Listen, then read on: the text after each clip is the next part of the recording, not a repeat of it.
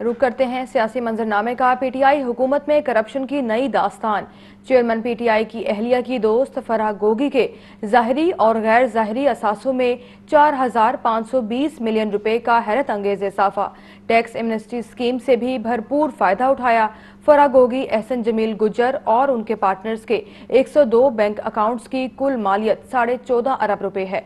देखते हैं ये रिपोर्ट। चेयरमैन पीटीआई की अहलिया की दोस्त फराह गोगी का करप्शन स्कैंडल। सियासी जमातों ने चेयरमैन पीटीआई फराह गोगी और करप्शन में मुलव्वस अफराद को आड़े हाथों ले लिया। नून लीग के रहनुमा अता तारड़ का कहना है कि फराह गोगी के कहने पर ही उस्मान बुज़दार को वजीर आला पंजाब लगाया गया। इमरान खान साहब और उनकी अहलिया बुशरा मानिका साहिबा ने पंजाब को कमाई का जरिया बनाया हुआ था कि यहाँ से जितने पैसे लूट सकते हैं लूट लिए जाएं। बुज़दार जैसे नाअहल शख्स को वजीर आला इसीलिए बनाया गया कि उनकी अहलिया के बुशरा बीबी से अच्छे ताल्लुकात थे और इन्होंने ये सोचा कि हम कमीशन खाएंगे, डेवलपमेंट की स्कीमों के ऊपर हम कमीशन खाएंगे, ट्रांसफर पोस्टिंग के पैसे लेंगे और अपनी तिजोरियां और अपनी जेबें भरेंगे। Tax amnesty scheme Farah Gogi और उसके शोहर के लिए थी, उन्हें फायदा पहुंचाया गया। इस तहका में पाकिस्तान पार्टी की रहनुमा फिरदौस आशिक अबान ने कहा कि कौम को गुमराह करके कौमी खजाने पर हाथ साफ किए गए। फराह गोगी जैसे किरदारों के जरिए मुल्क को नोचा गया। वाइट करने के लिए जिस तरह का उन्होंने तरीका इख्तियार किया,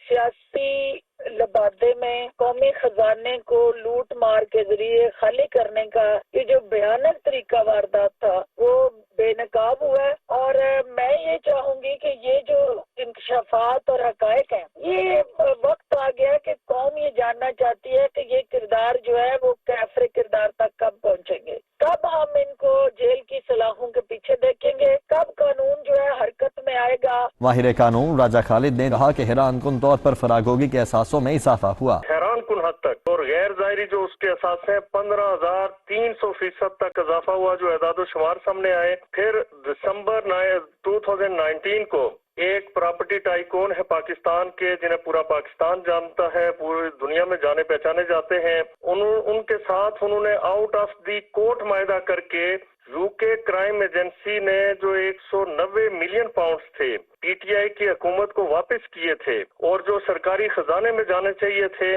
वो 190 पाउंड उनके अकाउंट में मुंतकिल किए, जिसके बदले में 240 कनाल जमीन अपने नाम पे अलाट करवा ली। वो किस हैसियत में करवाई जब पैसा कौम का था, पैसा इस मुल्क का था, इसका कोई जवाब नहीं। जब फराह गोगी पर इल्जामात लगे तो चेयरमैन पीटीआई ने खुद दिफा किया।